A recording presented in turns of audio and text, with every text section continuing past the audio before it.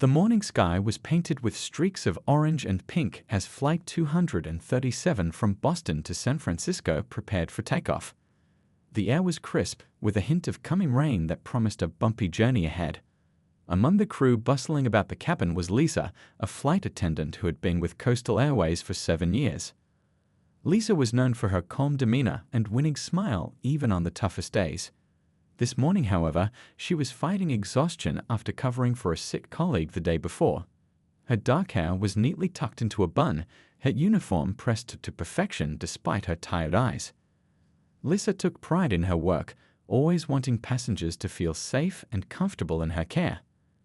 Another day, another flight, her colleague Raj whispered as they prepared the drink carts. "Did you hear about the big shots flying with us today?" Lisa shook her head. "Just hoping for smooth skies," she replied, glancing at the gathering clouds outside the small oval windows. Once airborne, the flight started pleasantly enough. Lisa moved efficiently through the cabin, her muscle memory taking over as she served drinks and responded to call buttons. But an hour into the flight, things began to change. The plane shuddered as it hit a patch of turbulence, and the captain's voice crackled over the intercom, asking everyone to return to their seats. Most passengers complied, except for one man in first class. He wore an expensive charcoal suit that seemed to have been tailored specifically for his broad shoulders. His watch alone probably cost more than Lisa's monthly salary. He pressed his call button repeatedly, his face showing no concern for the increasing turbulence. "Sir, the captain has asked everyone to remain seated with seatbelts fastened," Lisa explained politely when she reached his seat. The man barely looked up from his laptop. "I understand. I just need coffee. Black, no sugar." Lisa hesitated. "I'll bring it as soon as the seatbelt sign is turned off." "I have an important meeting to prepare for," he said, his tone making it clear he wasn't making a request. "Coffee, now please." 20 minutes later, when the turbulence briefly subsided and the seatbelt sign switched off, Lisa quickly prepared his coffee. She didn't want to, but rules were rules and customer service was part of her job. With a professional smile fixed on her face, she carefully walked down the aisle balancing the hot cup. The man was now shuffling through papers spread across his tray table. He didn't acknowledge Lisa as she approached, too absorbed in whatever million-dollar deal he was working on. "Your coffee, sir," she said. Just as she leaned forward to place it on his tray, the plane dropped suddenly. Lisa felt her stomach lurch as the aircraft hit an air pocket. She tried to steady herself, but it was too late. The cup tilted in her hand, and before she could stop it, hot coffee splashed directly onto the man's face. He let out a startled yell that silenced the entire first-class cabin. Coffee dripped down his cheeks and onto his crisp white shirt and expensive suit. Papers scattered across the floor. Every eye turned toward them. "I'm so sorry," Lisa gasped, horrified. She grabbed napkins frantically, her hands shaking. "It was the turbulence, I didn't mean." The man sat perfectly still, coffee dripping from his chin. His eyes, a steely blue, locked onto Lisa's face. There was something unnervingly calm about how he simply reached for his pocket square and slowly dabbed at his face. "Your name," he said quietly, "and employee number." Lisa's heart sank. This wasn't just any angry passenger. The way the flight crew had been whispering, the way the co-pilot had personally greeted him before takeoff, this man was someone important. "Lisa Patel, employee number 45,721, she answered, her voice barely above a whisper. He wrote it down carefully on a small notepad, his handwriting neat despite what had just happened. Then he looked up at her, his expression unreadable. "Thank you, Ms. Patel." The rest of the flight, Lisa could barely focus on her duties. Every time she passed by his seat, the man was either working on his laptop or staring out the window, his coffee-stained shirt a reminder of what she'd done. By the time they landed in San Francisco, Lisa was convinced her career was over.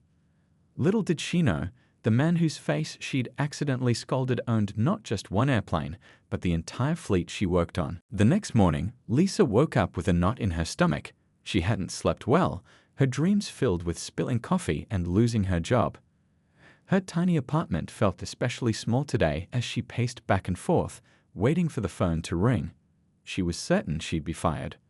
Lisa made herself a cup of tea and sat by the window, watching people on the street below rushing to work. Would she soon be among them, handing out resumes and explaining why she'd left Coastal Airways?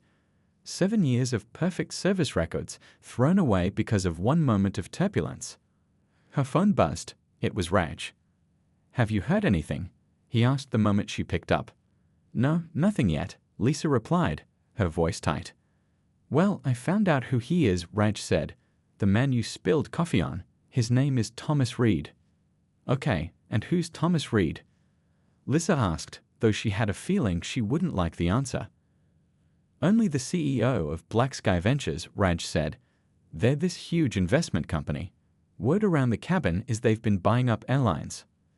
Lisa's hand trembled as she set down her mug. "So he's not just some businessman." "No, he's DHE businessman. And get this, there's a rumor Black Sky just bought a controlling stake in Coastal Airways. The announcement hasn't been made public yet, but that's why he was on our flight. He was coming to meet with our management team." Lisa felt the room spin. She hadn't just spilled coffee on an angry passenger.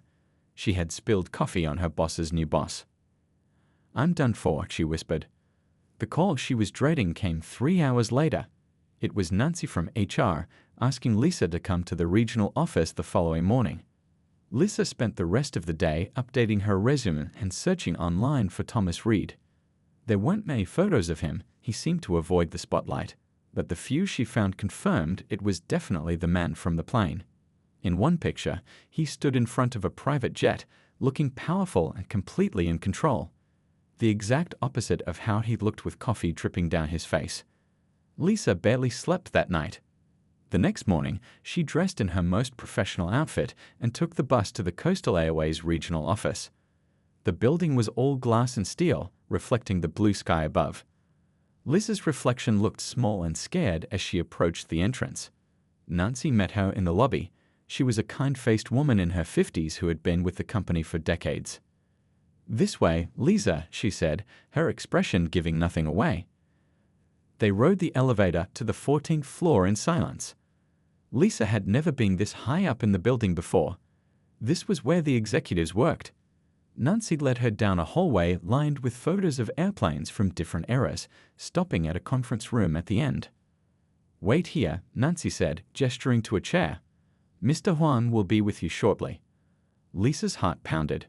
Mr. Huang was the regional director. She'd only seen him once at a company Christmas party years ago. 10 minutes later, a short, bold man in a navy suit entered the room.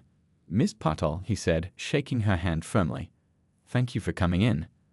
"Of course, sir," Lisa replied, trying to keep her voice steady.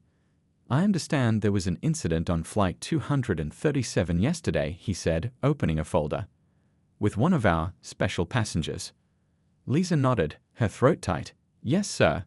The plane hit unexpected turbulence, and I accidentally spilled coffee on a passenger. I take full responsibility for what happened." Mr. Huang studied her for a moment. The passenger in question was Mr. Thomas Reed. "I've been told who he is," Lisa admitted, "and I understand if the company needs to let me go." To her surprise, Mr. Huang smiled slightly. "Let you go? That's not why you're here, Ms. Patel." Lisa blinked in confusion. "Mr. Reed did indeed file a report about the incident," Mr. Huang continued, "but not the kind you're thinking of. He's requested a full review of our safety protocols during turbulence, our staffing levels, and our employee working conditions." "I don't understand," Lisa said. "Neither did I at first," Mr. Huang replied. "But it seems Mr. Reed was more concerned about why you were put in that position than about the coffee itself. He specifically mentioned that you were clearly overworked and that the aircraft was understaffed for that flight." Lisa sat back in her chair, trying to process what she was hearing. "So, I'm not fired?" "No, Miss Patel. In fact, Mr. Reed has requested that you join a new committee being formed to address these issues." Mr. Huang slid a document across the table. "It seems you've made quite an impression." As Lisa left the building 30 minutes later, she felt lightheaded with relief. She still didn't understand why Thomas Reed hadn't demanded her dismissal, but something told her she would find out soon enough. A week passed, and Lisa found herself sitting in a conference room she never thought she'd enter. Around the table sat 5 other people, 2 senior flight attendants, a pilot, a safety inspector, and a woman from corporate headquarters named Diane who ran the meeting. This was the newly formed Flight Staff Working Conditions Committee, and Lisa still couldn't believe she was part of it. "Let's begin," Diane said, her sleek silver pen poised over a notepad. "As you all know, we're here at the direct request of Mr. Reed from Black Sky Ventures.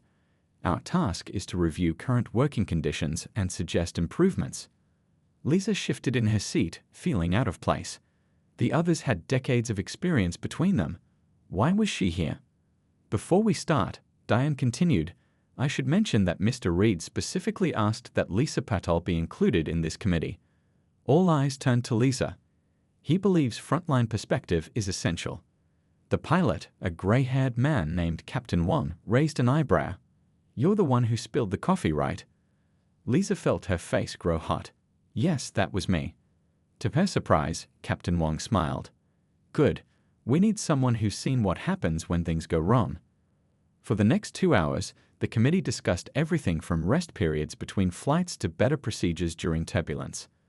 Lisa mostly listened, taking careful notes. When Diane finally asked for her input, Lisa hesitated. "Well," she began cautiously, "most of our problems come from being understaffed. On that Boston flight, we were missing 2 crew members, but management wouldn't delay the flight to find replacements." Diane wrote this down without comment.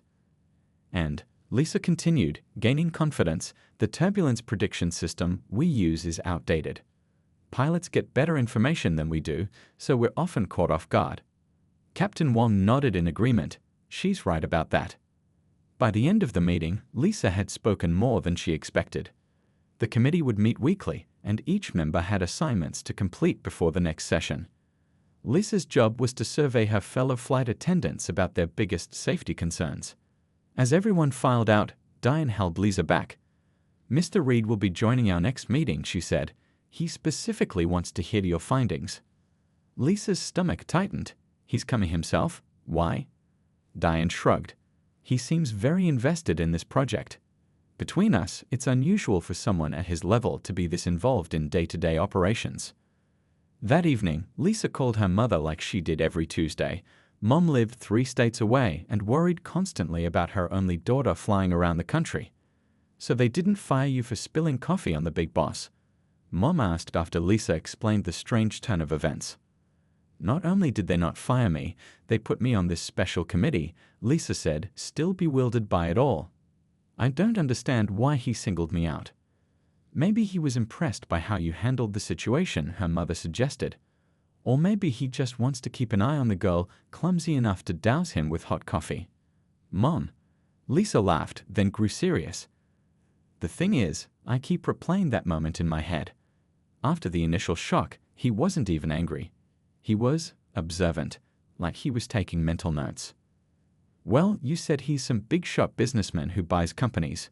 Maybe he saw an opportunity to learn something." Lisa thought about this as she prepared for bed that night. Her tiny apartment felt different somehow, less like a place she crashed between flights and more like a home she returned to after important work. For the first time in years, she felt like her job might be more than just serving drinks and reciting safety instructions. The next morning, Lisa woke early and began calling her fellow flight attendants. By lunchtime, she had 30 detailed responses about safety concerns. By evening, the number had grown to 50. Her colleagues were eager to share their experiences once they knew someone was actually listening. 3 days later, Lisa compiled all the information into a report. She worked late into the night, wanting everything to be perfect. This might be her only chance to make a real difference at Coastal Airways. As she finally crawled into bed at 2 a.m., her phone buzzed with a text from an unknown number. "Looking forward to reviewing your findings on Friday. Your perspective is valuable. TR." Lisa stared at the message in disbelief. How did Thomas Reed get her personal number? And more importantly, why was the new owner of the airline texting her directly? She fell asleep with questions swirling in her mind, unaware that her life was about to change in ways she couldn't imagine. Friday morning arrived with unexpected sunshine after a week of rain. Lisa stood in front of her closet, wondering what to wear. This wasn't a regular flight attendant shift. She was meeting the owner of the airline. She finally chose a simple navy blue dress and her grandmother's pearl earrings for luck. The committee meeting was scheduled for 10 a.m. at company headquarters. Lisa arrived 30 minutes early, clutching her report and a travel mug of tea. Her hands were shaking slightly. That mysterious text from Thomas Reed had kept her on edge all week. The security guard smiled as he handed her a visitor badge. "Fourth time this week, Miss Patel. You're practically part of the furniture now." Lisa managed a nervous smile. "Big meeting today." "So I heard. The big boss himself is coming." The conference room was already half full when Lisa arrived. Diane nodded to an empty chair near the head of the table. "Mr. Reed requested you sit there," she whispered. Lisa's mouth went dry, next to him. "He wants to hear directly from you about the survey results." People filed in one by one. Captain Wong gave Lisa a thumbs up as he took his seat. The room buzzed with nervous energy. None of them had met the new owner yet. At exactly 10 a.m., the door opened. Two men in suits entered first, followed by Thomas Reed. He looked different than he had on the plane, more commanding, more in his element. His suit was perfectly tailored, and he moved with the confidence of someone used to running rooms much larger than this one. Everyone stood. Reed gestured for them to sit down, then took his place at the head of the table, right next to Lisa. He glanced at her briefly, a flicker of recognition in his eyes. "Good morning," he said, his voice filling the room. "Thank you all for your work on this committee. I've read your preliminary reports, and I'm impressed by your thoroughness." Lisa tried to focus on his words, but her mind kept flashing back to that moment on the plane, coffee dripping down his face, his eyes locked on hers. "Now," Reed continued, "I understand Ms. Patel has compiled feedback from frontline staff. I'd like to hear about that first." All eyes turned to Lisa. She took a deep breath and opened her folder. "I surveyed 63 flight attendants across all routes," she began, proud that her voice didn't shake. The main concerns were consistent: understaffing, outdated safety equipment, and insufficient rest periods between flights. Reed listened intently as Lisa detailed specific examples and suggested solutions. He asked sharp questions that showed he understood airline operations better than anyone expected. "This matches what I suspected," he said when she finished. "My first experience on one of our flights was enlightening." A few people chuckled nervously, clearly aware of the coffee incident. Reed's mouth twitched in what might have been a smile. "I didn't buy this airline because it was perfect," he continued. "I bought it because I saw potential. And that potential can only be realized if we listen to the people who know it best, the staff who keep it running every day." He turned directly to Lisa. "Sometimes it takes an unexpected moment to see the truth. When that coffee spilled, I wasn't just a passenger anymore. I was experiencing exactly what happens when staff are overworked and safety procedures are inadequate." The room fell silent. Lisa couldn't believe he was talking about the incident so openly. "Coastal Airways will be implementing all the committee's recommendations," Reed announced. "And we're establishing a permanent staff advisory board to ensure frontline concerns are always heard. Ms. Patel, I'd like you to lead it." Lisa stared at him in shock. "Me? But I'm just a flight attendant." "There's no just about it," Reed replied. "You're exactly who we need, someone who sees problems clearly and isn't afraid to speak up about them, even when it's uncomfortable." His eyes held hers for a moment, and she understood the unspoken reference to their first meeting. After the meeting ended, people crowded around Lisa with congratulations. As she gathered her papers, she noticed Reed waiting by the door. "Do you have a moment?" he asked when the others had left. Heart pounding, Lisa nodded. This was the private conversation she'd been dreading for days. "I want to thank you," Reed said simply. "For what?" Lisa asked, confused. "I spilled coffee on you." "For showing me what I needed to see." He smiled slightly. "Sometimes the most valuable business lessons come when you least expect them." As Lisa walked out of the building into the sunshine, her phone buzzed with a company-wide email. The subject line read, "Announcing Coastal Airways' new direction." Her life was about to change completely. 1 month after the meeting with Thomas Reed, Lisa sat at her new desk on the 11th floor of Coastal Airways headquarters. The office still felt strange to her, too big, too quiet compared to the constant movement of working on planes. A framed photo of her with her flight crew sat on the corner of her desk, a reminder of where she'd started. "Settling in okay?" asked Raj, poking his head through her open door. He had joined the staff advisory board too, bringing his 10 years of experience as a flight attendant.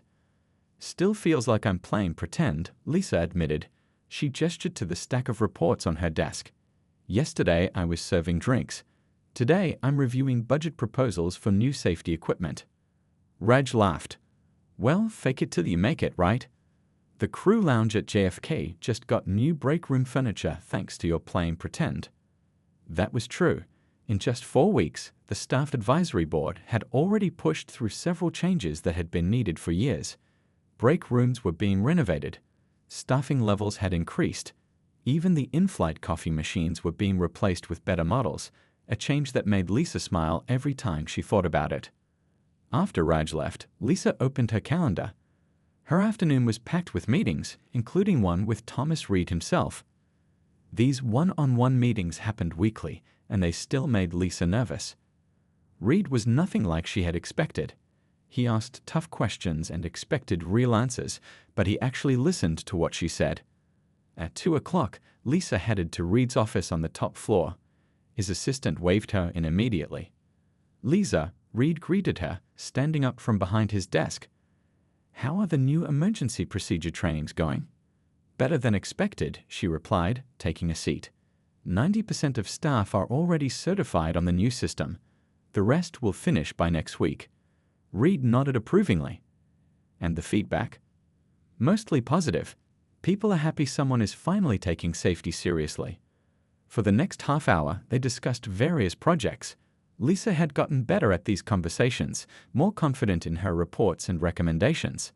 As they were wrapping up, Reed handed her a folder she hadn't seen before. "What's this?" Lisa asked, opening it to find travel documents inside. "The airline industry conference in Chicago next month," Reed explained. "I want you to represent Coastal Airways on the panel about staff working conditions." Lisa looked up in surprise. "Me? Speaking at a conference? Who better? You're the reason we're making these changes." "Because I spilled coffee on you," Lisa said with a small smile. They could joke about it now sometimes. Reed leaned back in his chair. "You know, I've bought 12 companies in the last 5 years. Each time, I sent in consultants who charged millions to tell me what was wrong. But they never found the real problems, the human problems." He gestured toward the window, where planes from Coastal Airways could be seen taking off and landing in the distance. "That day on the plane taught me more in 10 seconds than consultants did in years. I saw an overworked employee forced to serve drinks during turbulence because of bad policies. I saw a broken system. So I was your $1 million coffee accident," Lisa joked. "Worth every drop," Reed replied seriously. "The changes we're making aren't just about better working conditions. They're about creating a better airline. Happy staff means happy passengers means better business." After the meeting, Lisa walked through the office, stopping to chat with her team members. People who had once barely noticed her now sought out her opinion. Flight attendants sent her thank you messages. Pilots nodded respectfully when they saw her in the hallways. That evening, as Lisa drove home, she passed a billboard for Coastal Airways. The new company slogan read, "We care about your journey." Lisa smiled to herself. 6 weeks ago, she'd been convinced her career was over because of spilled coffee. Now she was helping reshape an entire airline. Her phone buzzed with a text from her mother. Saw the company newsletter. "My daughter, the big shot airline executive. Who would have thought spilling coffee would be your lucky break?" Who indeed, Lisa thought, still amazed by how life could change in unexpected ways. All because of a bumpy flight and a cup of coffee. 3 months had passed since Lisa's life had changed with that fateful coffee spill. The Chicago Airline Industry Conference was now just 2 days away, and Lisa couldn't sleep. She stood by her apartment window at midnight, watching the occasional car pass by on the street below. "You'll do great," Raj had assured her earlier that day. "Just talk like you talk to us." Easy for him to say. He wasn't the one who had to stand in front of hundreds of airline executives and explain how Coastal Airways had transformed its working conditions. Lisa's phone rang, startling her. Who would call at this hour? The screen showed a number she now recognized. Thomas Reed. "Hello," she answered cautiously. "Lisa, sorry for the late call." Reed's voice sounded different, less businesslike, more human. "Are you still working on your presentation?" "Yes," she admitted. "I can't seem to get it right." "That's why I'm calling. I've been thinking about your speech. The draft you sent was good, but it was missing something important." Lisa's heart sank. She'd spent days on that draft. "It's missing you," Reed continued. "The real story of how these changes started." "You mean the coffee incident?" Lisa asked, confused. "I didn't think you'd want me talking about that in public." Reed chuckled. "Actually, that's exactly what I want you to talk about. The real story is more powerful than any corporate speech." They talked for nearly an hour. By the time they hung up, Lisa had a completely new idea for her presentation. 2 days later, Lisa stood backstage at the conference center, heart pounding. The room was packed with airline executives in expensive suits.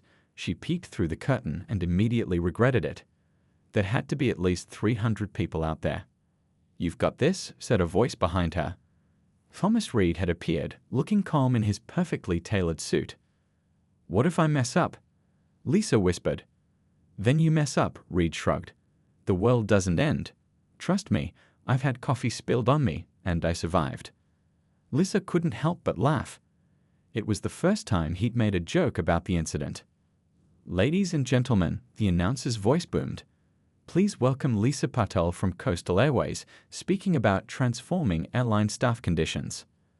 Lisa took a deep breath and walked onto the stage. The lights were bright, the audience a blur. She looked down at her prepared notes, then deliberately set them aside. "6 months ago," she began, her voice surprisingly steady, "I was a flight attendant on a turbulent flight from Boston to San Francisco. A demanding passenger in first class wanted coffee during turbulence. When the seatbelt sign briefly turned off, I brought it to him. Then the plane dropped suddenly, and I accidentally poured the entire cup of hot coffee onto his face." A ripple of nervous laughter moved through the audience. "I was certain I'd be fired," Lisa continued. "What I didn't know was that this passenger was Thomas Reed, whose company had just bought our airline. And instead of firing me, he asked why a flight attendant was forced to serve drinks during dangerous conditions in the first place." As she spoke, Lisa's nervousness faded. She told the real story of Coastal Airways' transformation, not with corporate buzzwords, but with honest examples of how small changes had made big differences. She talked about the flight attendant who could now afford childcare thanks to better scheduling, the pilot who caught a mechanical issue because he wasn't exhausted from overwork, the passenger who wrote to thank them for the smoothest flight experience they'd ever had. The coffee incident wasn't just embarrassing, Lisa concluded. It was a wake-up call. Sometimes it takes an unexpected moment to see what's really happening in your company. The question is, what will you do with that knowledge once you have it? When she finished, the audience erupted in applause. As Lisa left the stage, she saw Thomas Reed standing, a genuine smile on his face as he clapped louder than anyone else in the room.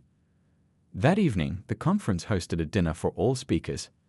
Lisa found herself seated between the CEO of a major European airline and a famous aviation journalist.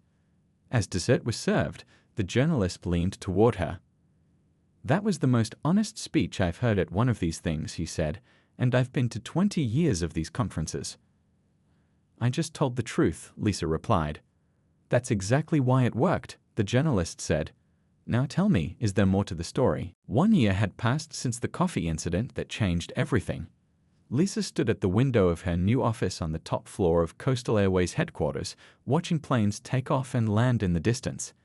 Each one carried her airline's new logo, a blue and silver design that represented the company's fresh start. A knock on her door pulled her from her thoughts. Rage entered, carrying 2 cups of coffee.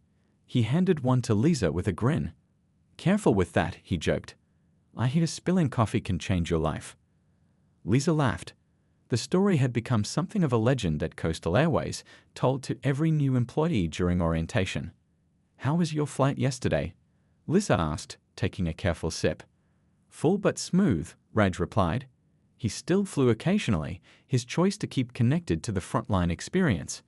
"The new rest areas for off-duty crew are getting rave reviews." Lisa nodded with satisfaction. That had been her project last month, converting unused storage space into proper rest areas where flight attendants could actually sleep during long-haul flights. The board meeting is in 30 minutes, Raj reminded her. Ready for the big announcement? Lisa took a deep breath. As ready as I'll ever be. The boardroom was already filling up when Lisa arrived. She took her seat near the head of the table, a position that still felt surreal sometimes. Thomas Reed entered last, nodding to the assembled executives before taking his place. Good morning, he began. Before we start, I want to thank everyone for their hard work this year. The numbers speak for themselves. He clicked a button, and the screen behind him lit up with charts showing Coastal Airways' performance. Passenger satisfaction was up 42%. Staff turnover had dropped by 61%. On-time departures had improved by 38%. And most impressively, profits had increased by 27% despite the investment in better working conditions. This is what happens when you put people first, Reed said, gesturing to the figures, both our employees and our customers. He turned to Lisa with a slight smile. And now, I'd like to invite our Vice President of Staff Relations to make a special announcement. Lisa stood up, feeling the weight of all eyes on her. A year ago, she'd been serving drinks and demonstrating oxygen masks. Now she was a company executive announcing major company news. Today marks exactly 1 year since Coastal Airways began its transformation, she began. What started with a simple question, why are our staff overworked, has led to a complete rethinking of how we operate. She clicked to the next slide, revealing images of Coastal Airways staff from across the company, pilots, flight attendants, ground crew, mechanics, office workers. Our success comes from these people, Lisa continued. And today, we're taking the next step in putting them first. I'm pleased to announce Coastal Airways' new profit-sharing program, which will distribute 15% of annual profits directly to employees at all levels. The room buzzed with excitement. This was unusual in the airline industry, where tight margins usually meant minimal benefits for workers. Additionally, Lisa said, we're expanding our staff advisory board to include representatives from every department and every hub airport in our network. After the meeting, as executives filed out, Reed asked Lisa to stay behind. When they were alone, he sat across from her with an unusually serious expression. I have something to tell you, he said. Blacksky received an offer yesterday to buy Coastal Airways. The price is double what we paid a year ago. Lisa felt her stomach drop. You're selling? After everything we've built? Reed shook his head. I turned it down immediately. Some things are worth more than money. What we've created here is something special, a template for how airlines should operate. He handed her a folder. Instead of selling, I want to expand. These are 5 struggling airlines in different regions. We're going to acquire them and implement the same changes we made here. Lisa opened the folder, eyes widening at the ambitious plan. I can't do it alone, Reed said. I need someone who understands that coffee spill perspective, who sees the human side of the business. I need you to lead the transformation team. That's a huge responsibility, Lisa said, stunned by the offer. True, Reed acknowledged, but no bigger than what you've already accomplished. Who would have thought that the worst moment of your career would lead to this? Later that evening, Lisa called her mother with the news. After listening to the details, her mother laughed softly. You know what this reminds me of, she said, that old saying about how when God closes a door, he opens a window. Except in your case, he had someone spill coffee on the boss first. Lisa smiled as she looked out at the sunset, painting the sky in brilliant colors. Sometimes life's biggest disasters turned out to be blessings in disguise. And sometimes a cup of spilled coffee could change not just one life, but thousands.